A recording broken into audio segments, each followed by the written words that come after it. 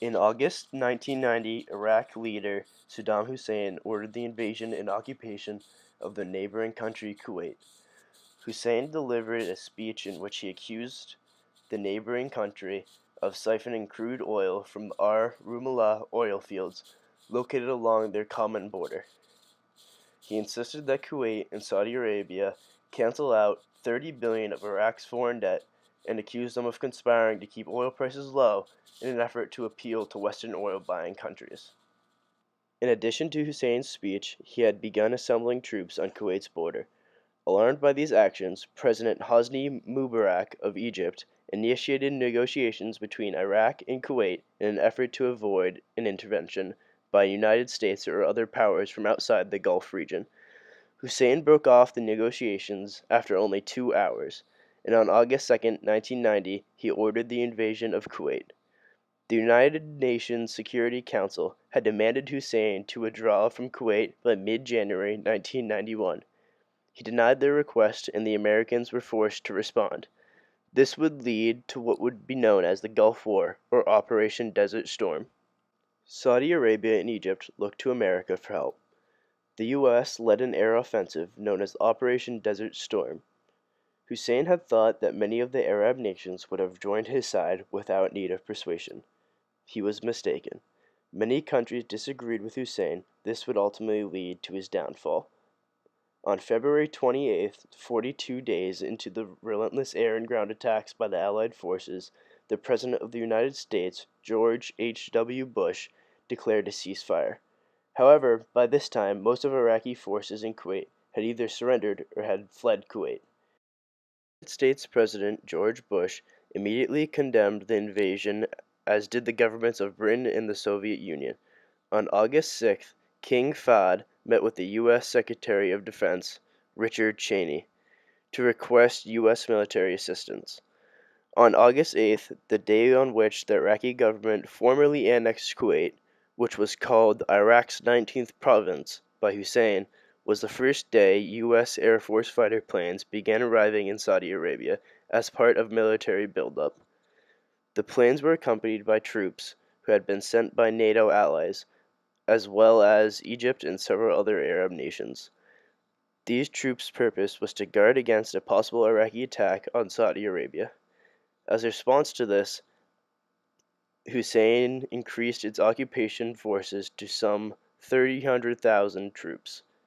In an effort to gain support from the Muslim world, Hussein declared a jihad, also known as a holy war, against the coalition.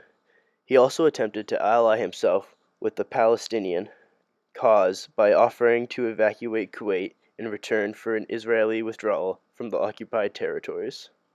By January, the Allied forces prepared to face off against Iraq with about 750,000 troops, of which 540,000 were from the U.S., Britain, France, Germany, the Soviet Union, Japan, Egypt, or Saudi Arabia. Iraq, on the other hand, had the support of Jordan, Algeria, the Sudan, Yemen, Tunisia, and the Palestinian Liberation Organization, also known as PLO.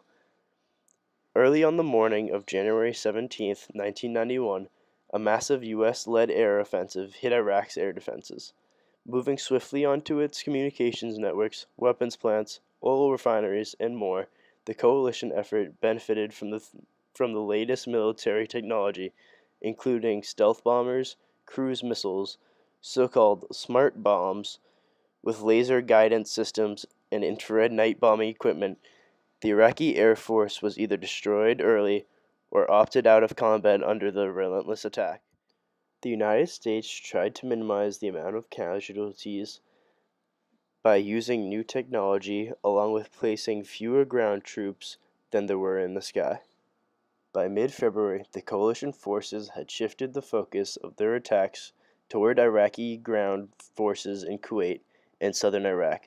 A massive Allied ground offensive, Operation Desert Saber, was launched on February 24th, with troops heading from northeastern Saudi Arabia into Kuwait and southern Iraq. Over the next 4 days, coalition forces encircled and defeated the Iraqis and liberated Kuwait. At the same time, U.S. forces stormed into Iraq, some 120 miles west of Kuwait, attacking Iraq's armored reserves from the rear. The elite Iraqi Republican Guard mounted a defense south of al-Busra in southeastern Iraq, but most were defeated by February 27th.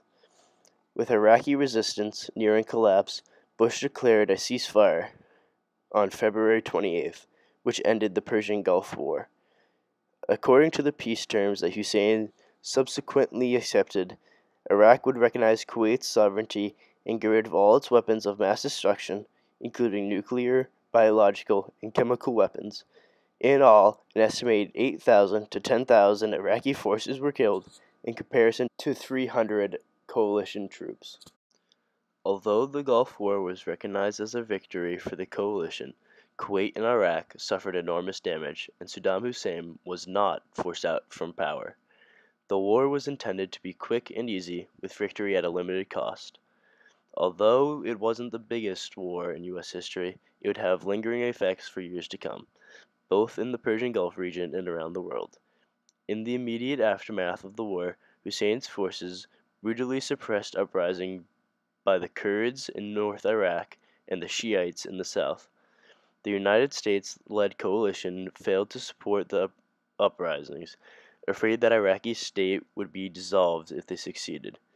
In the years that followed, U.S. and British aircraft continued to patrol the skies and mandate a no-fly zone over Iraq, while Iraqi authorities made every effort to frustrate the carrying out of the peace terms, especially the United Nations weapons inspections, which would result in a brief resumption of hostilities in 1998 after they refused to admit weapons inspectors into the country. In addition, Iraqi force regularly exchanged fire with U.S. and British aircraft over the no-fly zone. Overall, America should have learned that no war comes for free. Many American lives were lost, and millions of dollars were spent. The strategy of only using aerial attacks was not proven to be incredibly successful. With the technology advances in today's world, many wars are being fought by drone with minimal ground troops at risk, and this has proven to be more effective than Operation Desert Storm.